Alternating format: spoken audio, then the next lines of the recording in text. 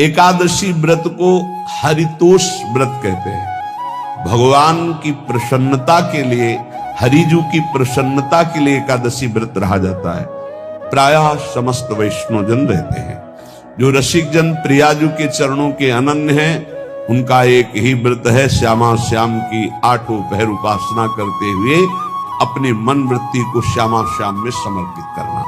यहाँ ज्ञान ध्यान व्रत कर्म जीते सब काहू में नहीं मोहि प्रतीति, रसिक अनन्य निशान बजायो एक श्याम श्यामा पद प्रीति। पर जो एकादशी व्रत रहते हैं परम धन्य है, वो हरितोष व्रत है।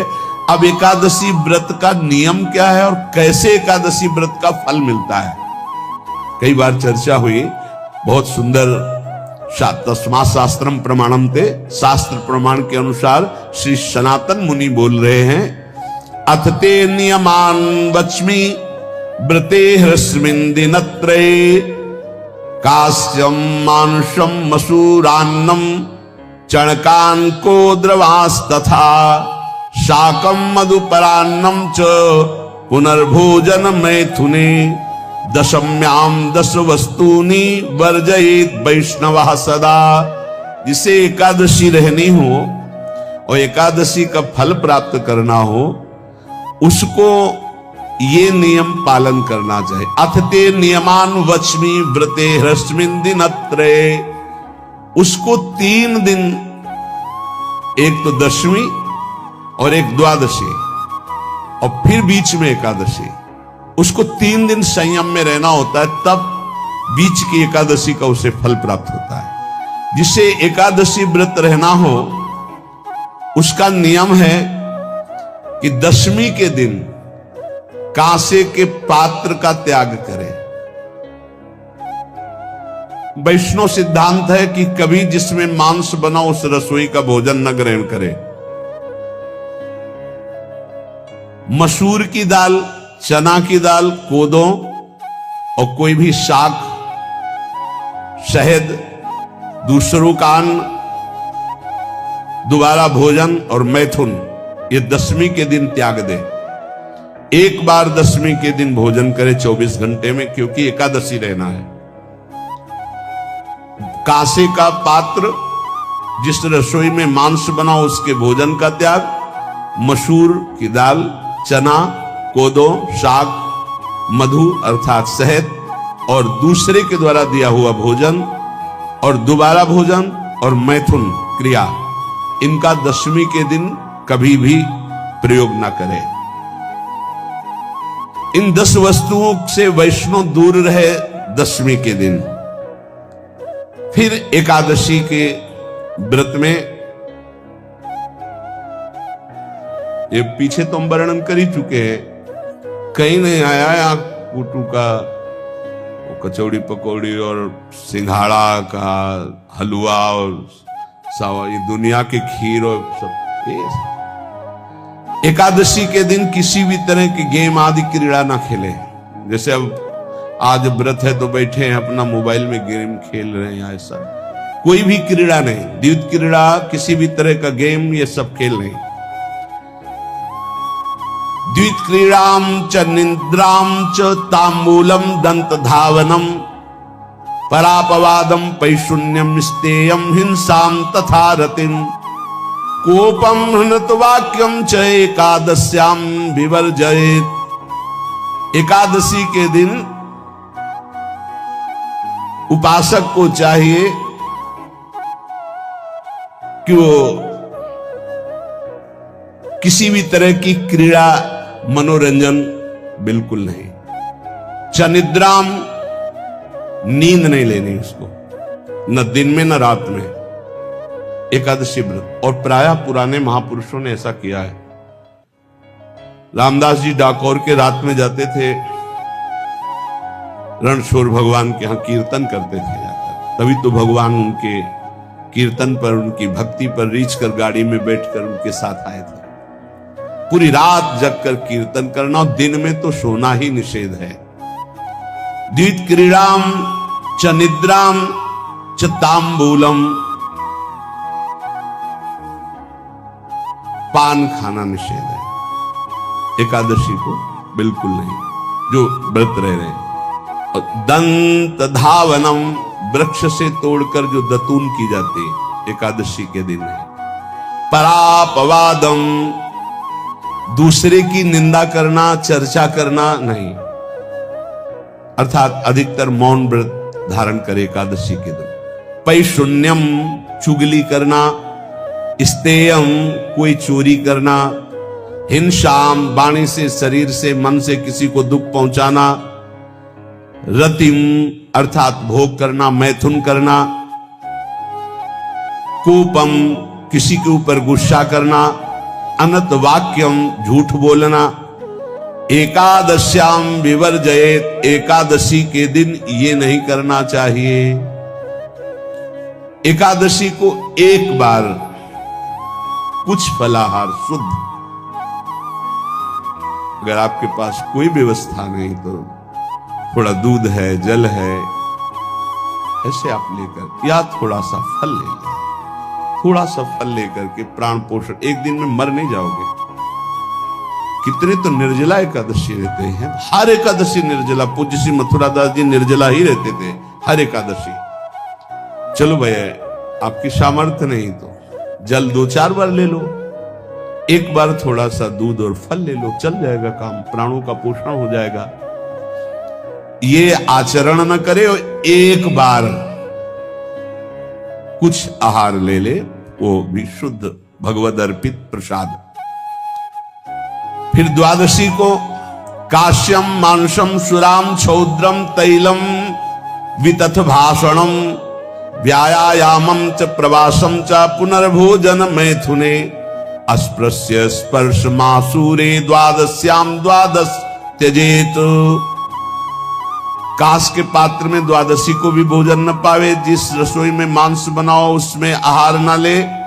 किसी भी तरह का नशा द्वादशी को न करे। शहद न पाए, तेल के बने पदार्थ न पाए, मिथ्या भाषण न करे और बहुत शरीर का व्यायाम न करे, बहुत थकावट वाले कार्य न करे। दोबारा भोजन न करे, एक बार द्वादशी को भी भोजन पवित्र। मैथुन न करे, जिसका स्पर्श नहीं किया जाता ऐसे पदार्थों का स्पर्श न करे, और मसूर की दाल न खाए। द्वादशी को जो इन नियमों का पालन करता है, दशमी द्वादशी ऐसे और एकादशी ऐसे, तब उसे एकादशी व्रत का फल प्राप्त होता है। जो इस पद्धति से एकादशी, ये जो मनमानी है सब नहीं, हर पदार्थ मिल जाएगा आपको फलाहार में। हर पदार्थ हमको बताया गया कि आपको जो चाहो सब पदार्थ फलाहार का। अरे भाई, हरितोष व्रत है तो हरि प्रसन्नता के लिए एक दिन भूखे रहने बहुत आनंद आता है। पहले भगवत कृपा से ऐसी गंगा जल पी करके कुछ दिन, फिर कभी कभी निर्जला एकादशी का भी आनंद। बड़े संन्यास मार्ग में थे तो बड़े संयम से सब शास्त्रीय पद्धतियों का निर्वाह होता था।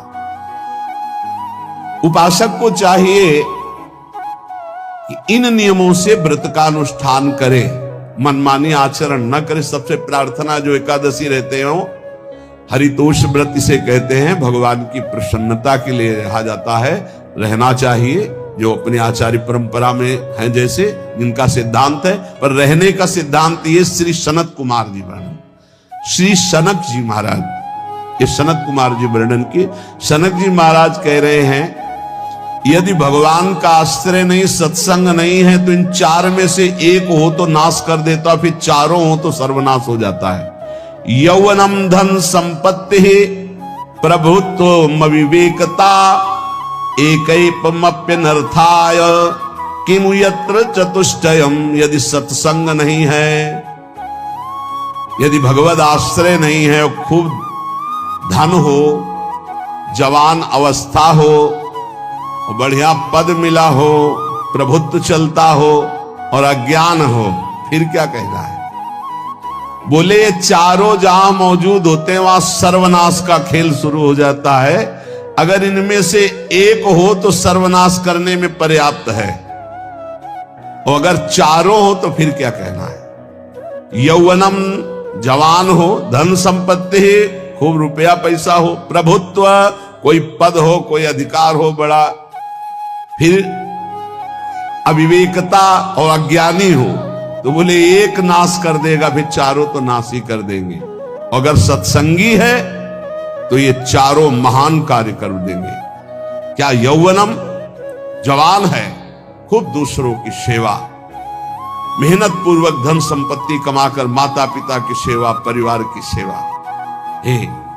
ये माता पिता, हमारा वेद कहता है मातृ देवो भव, तैत्तरीयोपनिषद, मातृ देवो भव, पितृ देवो भव, आचार्य देवो भव, अतिथि देवो भव, यान्य नवद्यानि कर्माणि तानि सेवितव्यानि नो इतराणि, यान्यस्माकः सुचरितानि तानि तोयोपास्यानि नो इतराणि, ये के चास्माच्छेयाः सो ब्राह्मणाः तेषां त्वया स्नेनो प्रश्वसितव्यं, श्रद्धया देयम् अश्रद्धया देयम्, श्रिया देयम् ह्रिया देयम् भिया देयम् संविदा देयम्।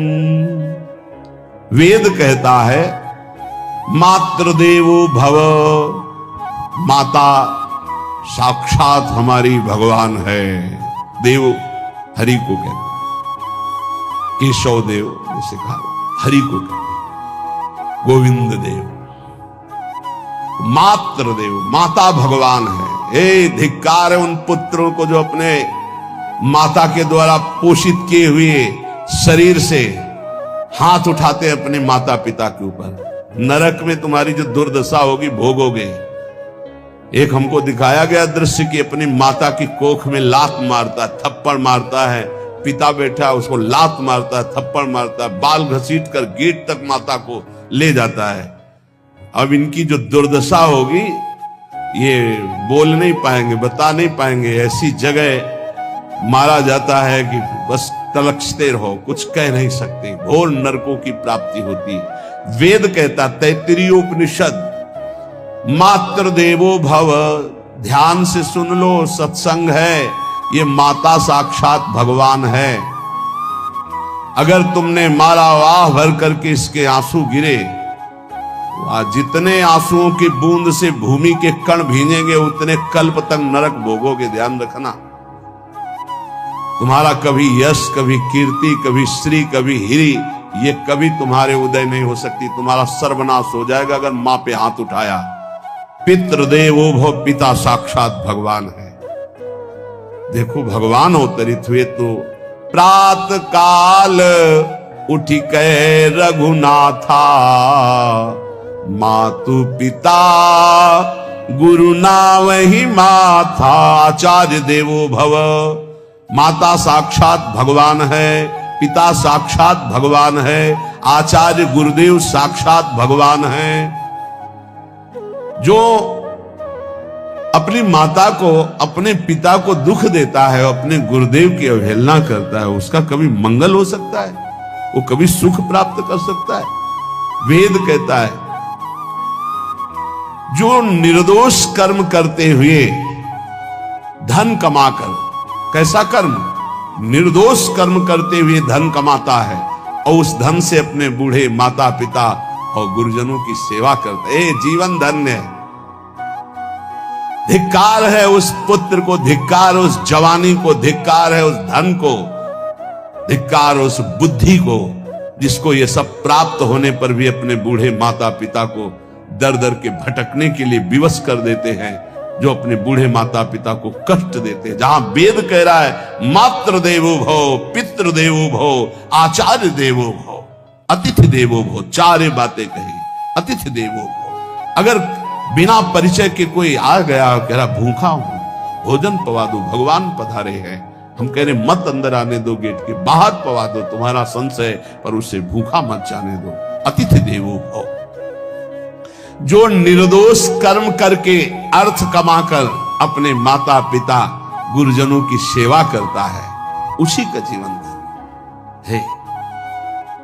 पशुवत आचरण, मनुष्य शरीर प्राप्त करके राक्षस आचरण, राक्षसों की यही पहचान होती है। मां नहीं मातु पिता नहीं देवा, साधु